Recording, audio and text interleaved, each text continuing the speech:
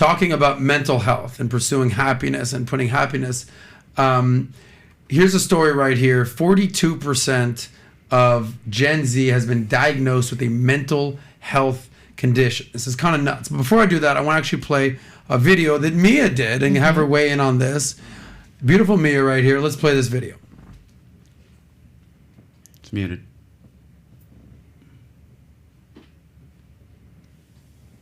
Try it again. That might be on production end. It's what? Might be on a production end. Everything's muted. I used to hate myself, and now I consider myself to be one of the most confident people that I've ever met. You guys always ask me, but how? Like, tell us how, and I'm about to do that. Do you see this makeup? Do you see this hair? Do you see my nails? Do you see the way that I'm dressed? Do you see the way that I accessorize? I do this every single day, even if I have nowhere to go. Back when I was struggling with self-confidence, depression, I was depressed, like actually, and I noticed that I would only kind of like myself a little bit more when I put in a little bit of effort to the way that I looked. And I'm not saying just do your makeup and you're gonna feel good. I'm saying, baby, the routine is gonna make you feel good. I wake up every morning at 6, go for a walk, then I do my comprehensive skincare routine, then I do my shower routine, then I do my makeup, and I'm ready to go by 8:30 in the morning. But by 8:30 in the morning, I've already done 3 things for myself that no one else can do for me. I challenge you all to get ready every single day for a month. Create a morning routine and let me know how you feel at the end of the month. It's powerful.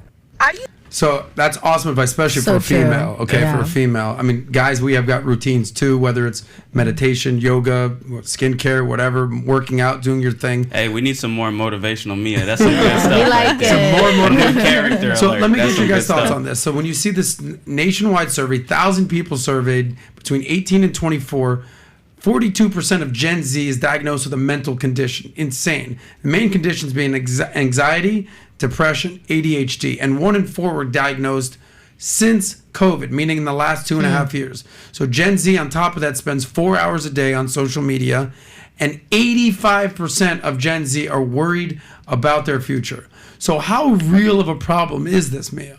Well, I also believe that since we have access to so much information and Gen Z is still trying to figure themselves out at this point, a lot of these issues maybe were also prevalent in other generations, but there wasn't that like self-diagnose culture that we have now. Right. Now I'm like, why can't I sit still? I type it in, WebMD comes up, it either tells me I'm dying or I have ADD. Yes. So it's also like we have access to so much information that we're just trying to diagnose ourselves to almost make an excuse.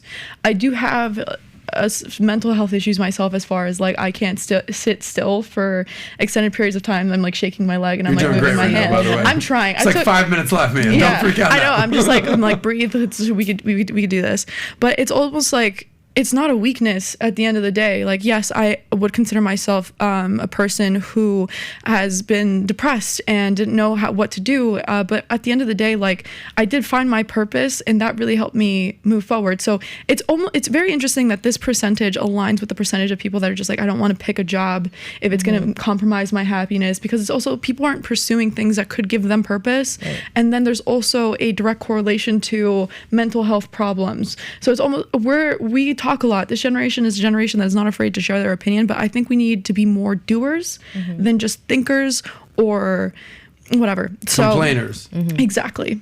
Doers over complainers. Doers over complainers. If you don't like something, change it instead of sending a tweet. Yeah, well, I'm definitely sitting with some doers and not complainers. You know how they say that comparison is the thief of joy? Yeah. You ever heard about that? I think a lot of the problem with social media is that, especially with Instagram, people you see with these lives and you're like, man, why isn't that me? But the reality is it ain't all about that on social media. Like filters, fake stuff, fake news. It's not exactly all that it's cracked up to be. So if you like that clip, click right here to watch another. Or if you want to watch the entire Saucecast, click right here.